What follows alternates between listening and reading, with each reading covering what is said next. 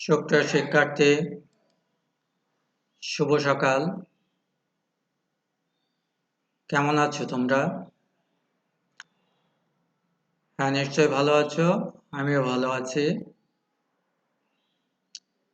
মাধ্যমিক উচ্চ মাধ্যমিক শিক্ষা বোর্ড যশোরের অনলাইন ক্লাসে মাগুরা পুলিশ লাইন্স মাধ্যমিক বিদ্যালয়ের পক্ষ থেকে আমি পরিমল দাস, সিনিয়র শিক্ষক, পুলিশ লাইন্স মাধ্যমিক বিদ্যালয়, সকলকে স্বাগত জানাই অনলাইন ক্লাসে।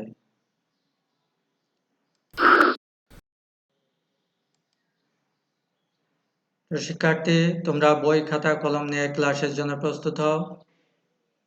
আজকে ক্লাসটি নবম এবং দশম শ্রেণীর শিক্ষার্থীদের জন্য। বিষয় ফিনান্স ও ব্যাংকিং। এটি ষষ্ঠ অধ্যায়ের প্রথম ক্লাস। আমি পরিমল দাস, সিনিয়র শিক্ষক, পুলিশ লাইন্স মাধ্যমিক বিদ্যালয় মাগুরা। এখানে মোবাইল নাম্বার দেওয়া আছে। ক্লাসের বাইরে যদি কারো কোনো প্রশ্ন থেকে থাকে তাহলে তোমরা অবশ্যই প্রশ্ন করতে পারবে। তাহলে প্রিয় শিক্ষার্থী, আমরা ক্লাসে প্রবেশ করি।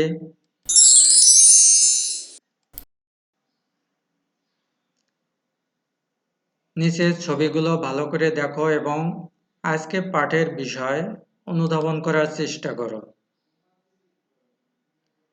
এখানে দেখতে পাচ্ছ একটি অর্থের ছবি। মোটা অঙ্কের অর্থ বুঝতেই পারছো।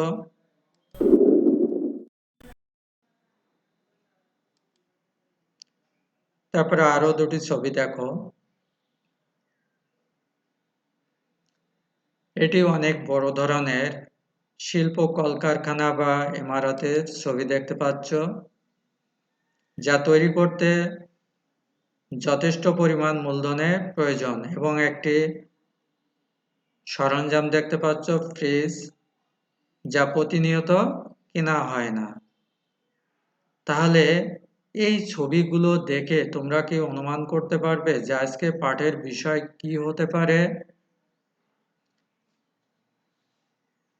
হ্যাঁ, তোমরা অনুমান করেছো?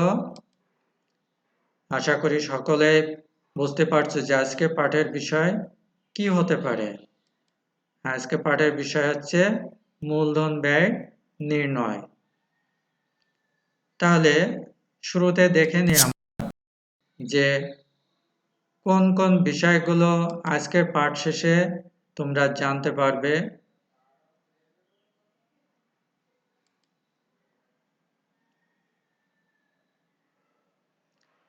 শিখন ফল। এই পাঠ শেষে তোমরা যা যা জানতে পারবে তা হলো মূলধন ব্যয়ের ধারণা ব্যাখ্যা করতে পারবে, তারপর মূলধন ব্যয় নির্ণয়ের তাৎপর্য ব্যাখ্যা করতে পারবে এবং মূলধন ব্যয় নির্ণয় করতে পারবে। স্বভাবত প্রশ্ন আসছে যে মূলধন মালিক নিজে নিয়ে আসে, তার আবার ব্যয় কি, তাই না? কিন্তু মূলধনের ব্যয় আছে। আসলে সে ব্যয়টি কি সেটি আজকে জানবে তোমরা। তাহলে আমরা মূল ক্লাস করি।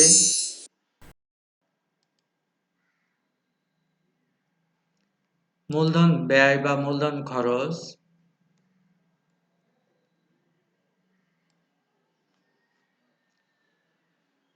বিভিন্ন উৎস থেকে সংগৃহীত মূলধনের মালিকদের প্রত্যাশিত আয় মেটাতে প্রতিষ্ঠানকে তার বিনিয়োগের উপর সর্বনিম্ন যে হারে আয় প্রয়োজন সে হারকে মূলধন খরচ বলে। যেমন মনে করো, হাবিব একজন ব্যবসায়ী। তিনি 10% সুদে 50,000 টাকা ঋণ নিয়ে একটি ফ্রিজ ক্রয় করলেন। এক্ষেত্রে মূলধন খরচ হবে কত? এই 50,000-এর উপর 10% কাটলে কত হয়? হ্যাঁ, 5,000 টাকা। তাহলে 5,000 টাকা হবে মূলধন ব্যয়। ঠিক তেমনিভাবে তুমি তোমার ব্যবসা প্রতিষ্ঠানে যে মূলধনটা নিয়ে আসছো সেই মূলধনটা বিনিয়োগের পর তুমি কিন্তু একটি প্রত্যাশা রেখে দিয়েছো সেখানে, সেটি কি, যে আমি এই মূলধন বিনিয়োগ করে সেখান থেকে কিছু সুবিধা আমি পাবো, অর্থাৎ কিছু আর্থিক সুবিধা পাবো।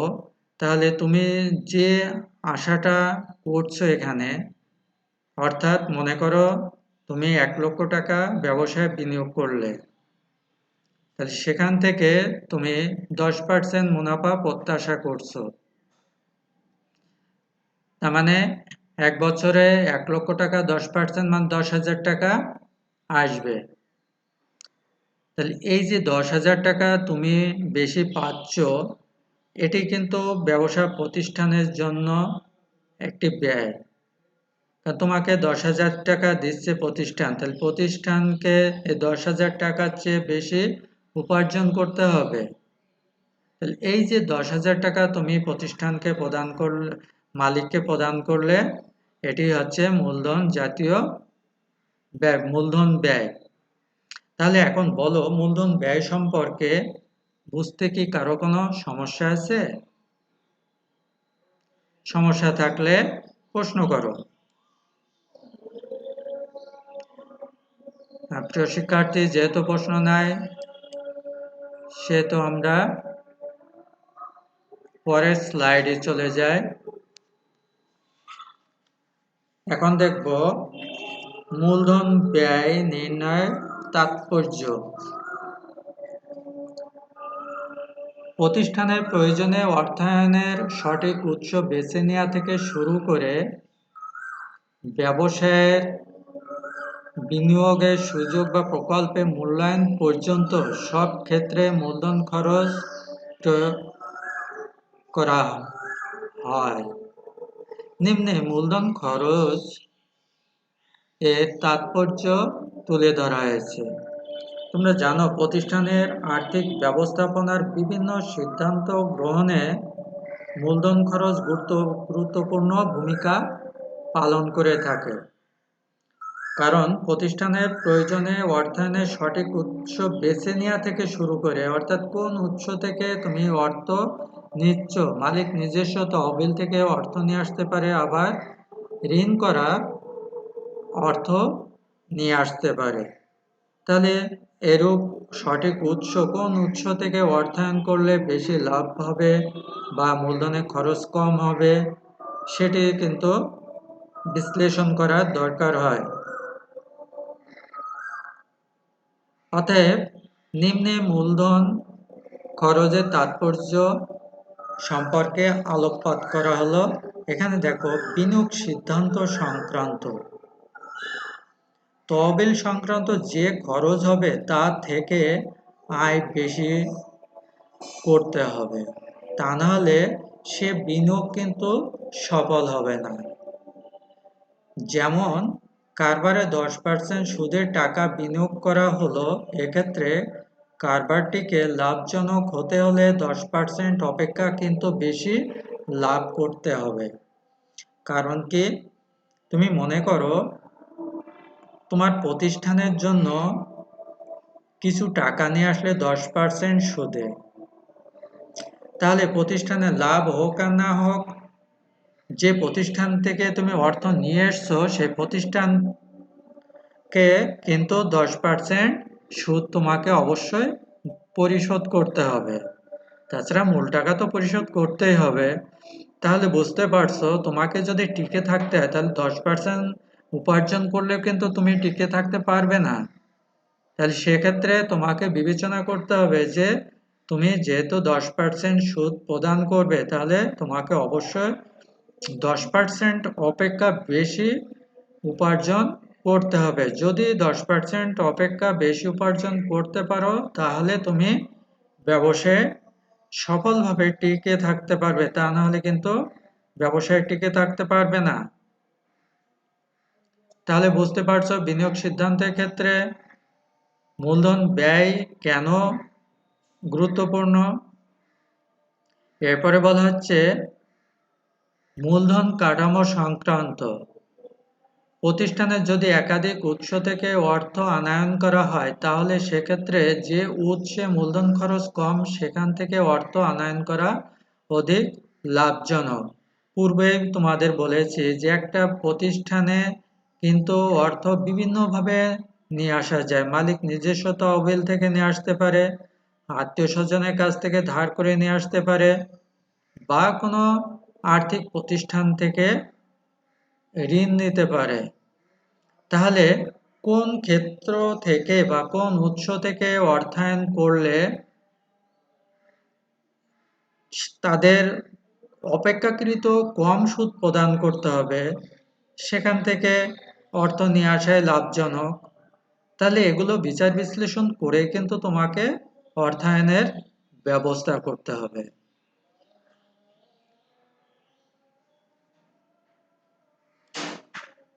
নিশ্চয় বুঝতে পেরেছো তাহলে। এরপরে দেখব মূলধন ব্যয় নির্ণয়, অর্থাৎ মূলধন ব্যয় কিভাবে নির্ণয় করতে হয় বা কেন করতে হয় সে সম্পর্কে দেখব। ব্যবসা প্রতিষ্ঠান তাদের দীর্ঘমেয়াদী বিনিয়োগ সিদ্ধান্ত বাস্তবায়নের জন্য প্রয়োজনীয়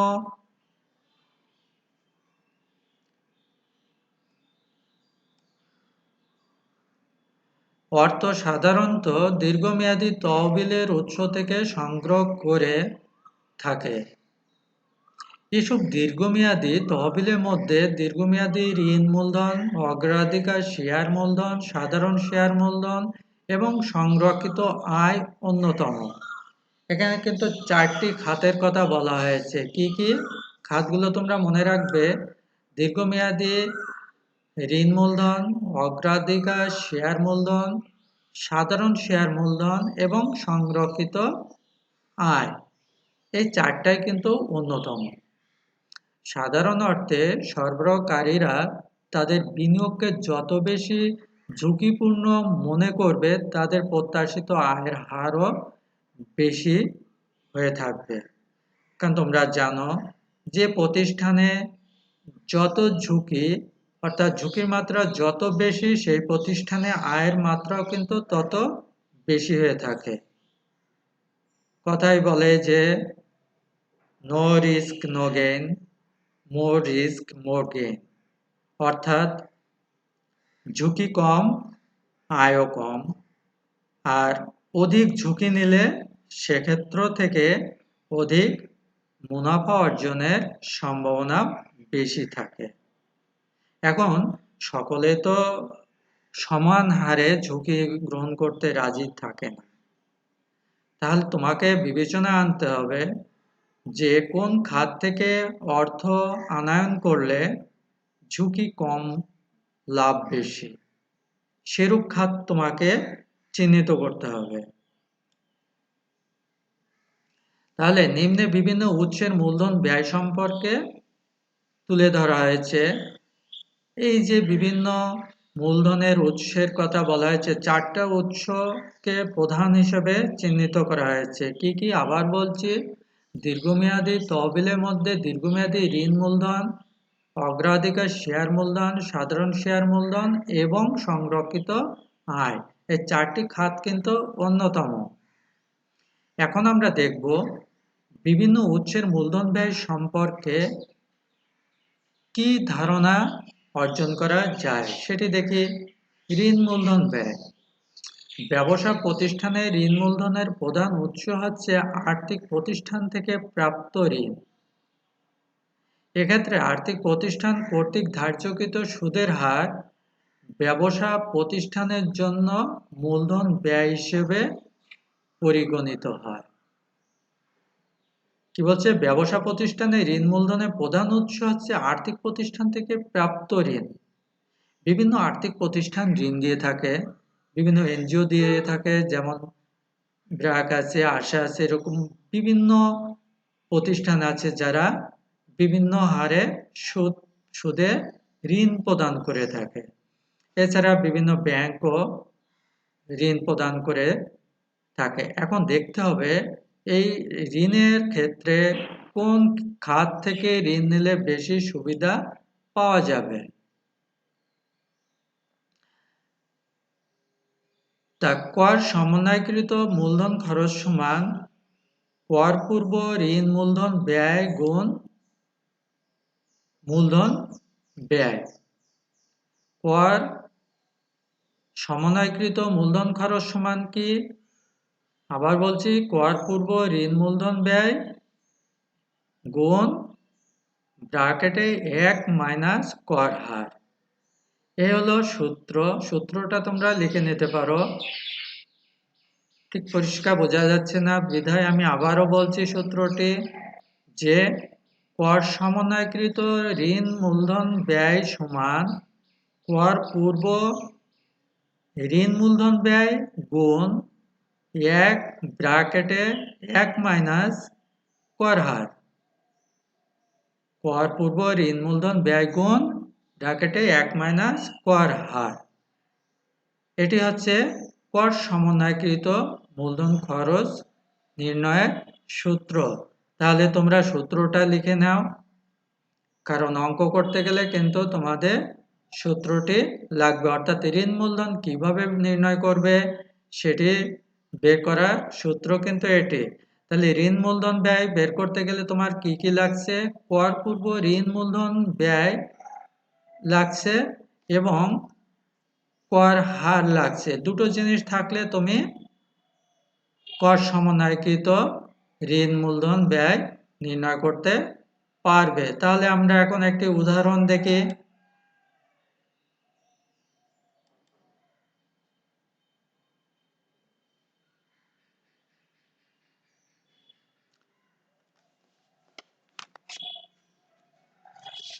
উদাহরণ হিসাবে যদি বলি যে মুদির দোকানের কর পূর্ব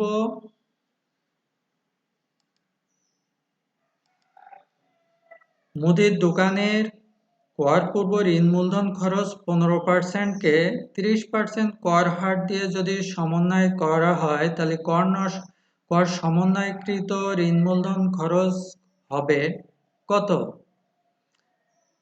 তাহলে এখানে সূত্রে বলা হচ্ছে যে ঋণ কর পূর্ব ঋণ মূলধন খরচ। তাহলে এখানে কর পূর্ব ঋণ মূলধন খরচ বলা হচ্ছে 15%।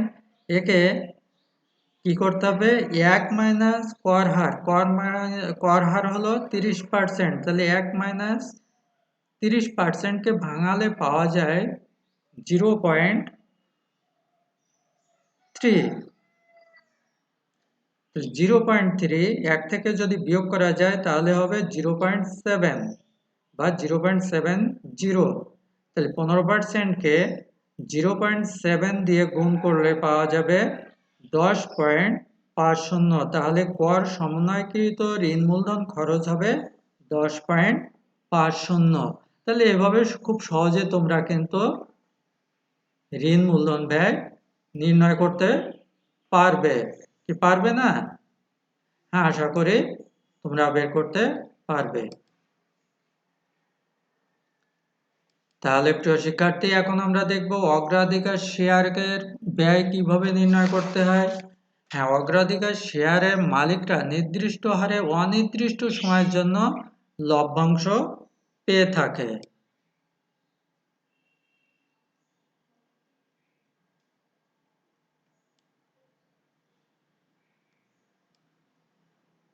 অগ্রাধিকার শেয়ার মালিকরা নির্দিষ্ট হারে অনির্দিষ্ট সময়ের জন্য লভ্যাংশ পেয়ে থাকে। অগ্রাধিকার শেয়ারের ব্যয় নির্ভর করে শেয়ার মালিকদের প্রত্যাশিত লভ্যাংশের উপর।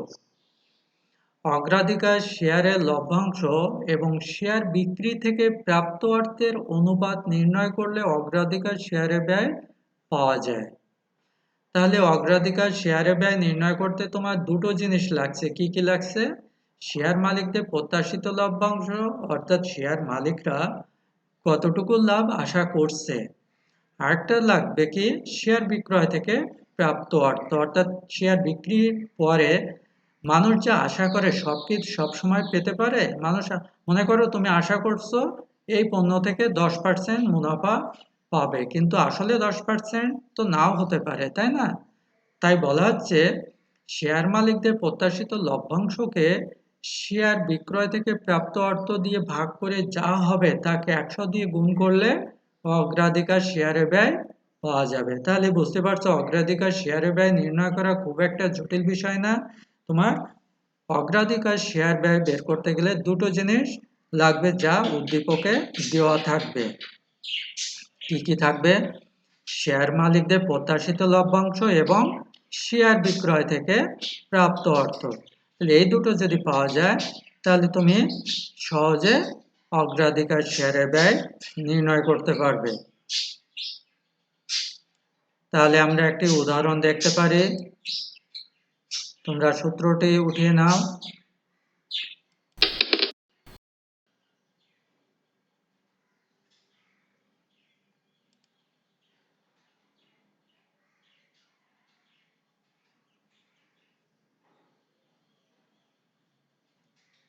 প্রিয় শিক্ষার্থী, ছোট্ট একটি শ্রেণীর কাজ নিয়ে এসেছি। তোমরা নিশ্চয়ই সূত্রটি উঠে নিয়েছ। এই সূত্রের ভিত্তিতে কিভাবে অগ্রাধিকার শেয়ার ব্যয় নির্ণয় করা যায় সেটি তোমরা নিজেরাই করে দেখো পারো কিনা। যদি না পারো সেক্ষেত্রে আমি সহযোগিতা করব। দেখো এখানে বলা হচ্ছে একটি কোম্পানি 10% অগ্রাধিকার শেয়ার ইস্যু করে। প্রতিটি শেয়ারের লিখিত মূল্য ১,৫০০ টাকা এবং প্রতিটি শেয়ার বিক্রি থেকে প্রাপ্ত অর্থ ১,৪০০ টাকা। তোমাকে নির্ণয় করতে হবে অগ্রাধিকার শেয়ারে ব্যয়। তাহলে নিশ্চয় নির্ণয় করতে পারবে অগ্রাধিকার শেয়ারে ব্যয়। তাহলে নির্ণয় করো।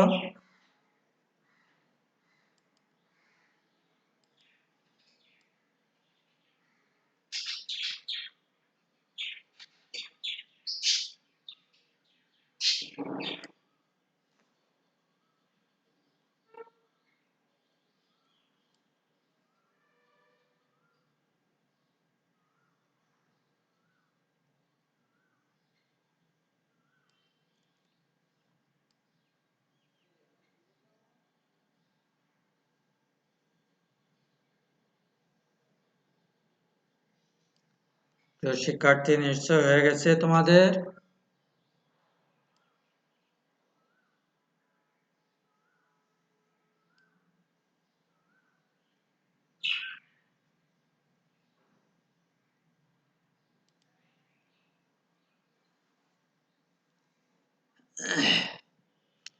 হ্যাঁ, দেখি তাহলে তোমরা কে কি করেছো। দেখো সমাধানটি আমিও করেছি, তোমরা মিলিয়ে নিতে পারো। যে এখানে অগ্রাধিকার শেয়ারের মালিকদের প্রত্যাশিত লভ্যাংশ সমান ১,৫০০ গুণ 10% সমান হয়েছে ১৫০ টাকা। এটি হচ্ছে প্রত্যাশিত লভ্যাংশ। এই যে দেওয়া আছে শেয়ার মালিকদের প্রত্যাশিত লভ্যাংশ, তাহলে শেয়ার মালিকদের প্রত্যাশিত লভ্যাংশ এভাবে বের করে নিলাম। তারপরে দেওয়া আছে শেয়ার বিক্রয় থেকে প্রাপ্ত অর্থ। শেয়ার বিক্রয় থেকে প্রাপ্ত অর্থ উদ্দীপকে দেওয়া আছে ১,৪০০ টাকা। তাহলে কি হচ্ছে শেয়ার মালিকদের প্রত্যাশিত লভ্যাংশকে শেয়ার বিক্রয় থেকে প্রাপ্ত অর্থ দিয়ে যদি ভাগ করা যায় তাহলে যা হবে সেটিকে ১০০ দিয়ে গুণ করলে পাওয়া যাবে অগ্রাধিকার শেয়ারের ব্যয়। তাহলে এখানে অগ্রাধিকার শেয়ার ব্যয় হয়েছে 10.71%। এখন দেখো তো তোমাদের কত হয়েছে বা আমার সাথে তোমাদের মিলিয়েছে কিনা। আর যদি না মেলে কেন মেলেনি তাহলে তোমরা প্রশ্ন করতে পারো।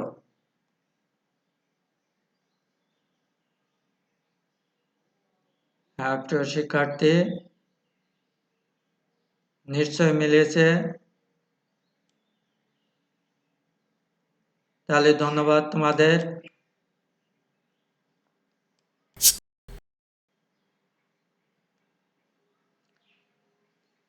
যেহেতু অঙ্কটা করতে পেরেছ এবং তারপরে যদি না পারো তাহলে তোমরা প্রশ্ন করতে পারো। তোমাদের আরেকটু দেখি যে আমার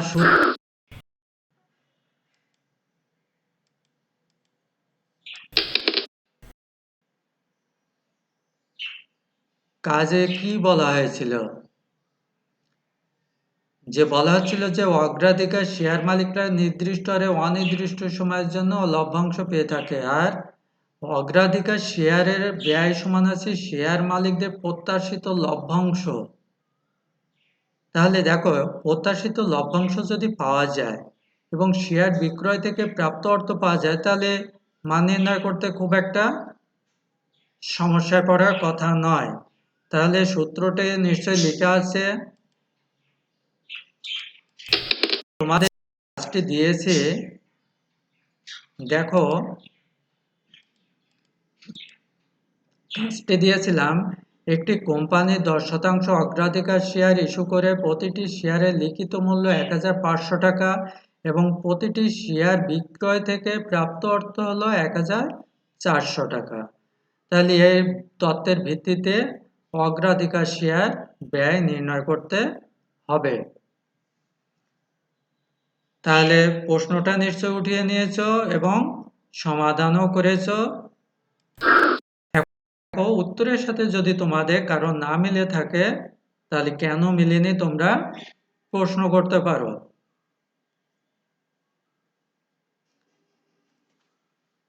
আবারও বলি, এখানে অগ্রাধিকার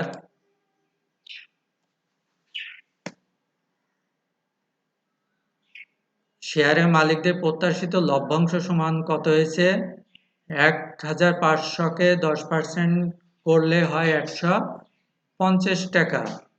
তাহলে শেয়ার মালিকদের প্রত্যাশিত লভ্যাংশ আমরা পেয়ে যাচ্ছি 1500-কে 10% করে পাওয়া গেল 150 টাকা। তাহলে 150 টাকাকে এই শেয়ার বিক্রয় থেকে প্রাপ্ত অর্থ অর্থাৎ 1400 টাকা অর্থাৎ 1400 টাকা দিয়ে ভাগ করলে যা পাওয়া যাবে তাকে 100 দিয়ে গুণ করলে তোমাদের মান বেরিয়ে আসবে। মান হয়েছে 10.71%। যদি কারো না হয় বা কারো কোনো প্রশ্ন থেকে থাকলে তোমরা অবশ্যই প্রশ্ন করো, আর যদি প্রশ্ন না করো তাহলে আমি ধরে নিব যে তোমাদের একই উত্তর হয়েছে।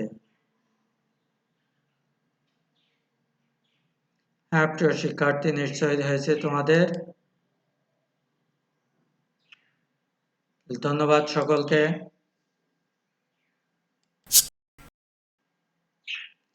এখন পূর্বের অঙ্কের ন্যায়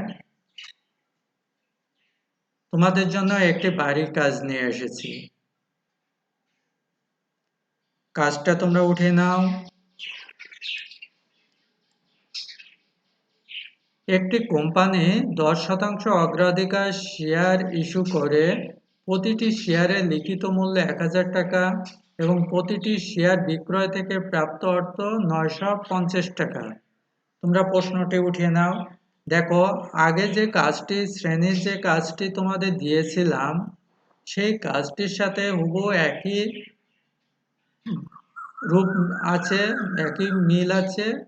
তাহলে ওইখানে বলা হয়েছিল যে প্রতিটি শেয়ারে লিখিত মূল্য 1500 টাকা, আর এখানে আছে কত, 1000 টাকা।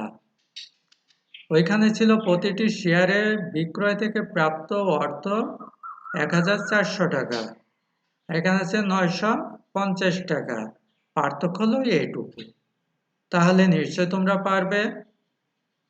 আর তারপর যদি না পারো তাহলে এর উপর কোনো প্রশ্ন থাকলে তোমরা প্রশ্ন করতে পারবে।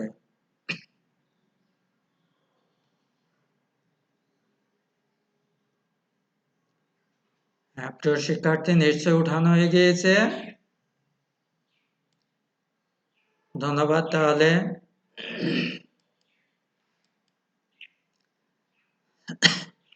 আমরা ক্লাসে প্রায় শেষের দিকে চলে এসেছি।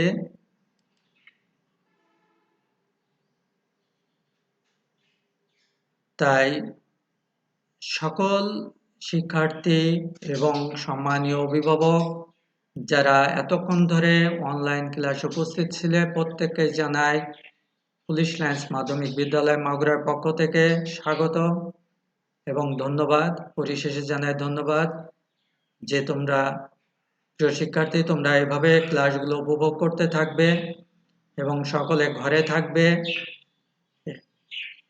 ঘরে থেকে ক্লাসগুলো উপভোগ করবে এই আশাবাদ ব্যক্ত রাখি। সকলে অনলাইন ক্লাসগুলো উপভোগ করো এবং তোমাদের বন্ধু বান্ধব যারা অনলাইন ক্লাসগুলো উপভোগ করছে না তাদেরকে উৎসাহিত করো যাতে ঘরে বসে তাদের সমস্যার একটু সমাধান পেতে পারে। আর পরিশেষে আরও একটি কথা বলে রাখি যে পরিচিতিরা এখানে মোবাইল নাম্বার দেওয়া আছে। ক্লাসের বাইরে যদি কারো কোনো প্রশ্ন থেকে থাকে বা কোন ক্লাসগুলো বেশি করলে তোমাদের বেশি উপকার হবে এ সম্পর্কে তোমরা জানতে পারবে। পরিশেষে সকলের সুস্বাস্থ্য কামনা করে অনলাইন ক্লাসগুলো উপভোগ করতে থাকবে এই প্রত্যাশায় আজকের মতো ক্লাস আমি এখানে শেষ করছি।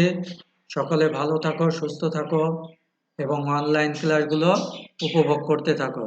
ধন্যবাদ সকলকে।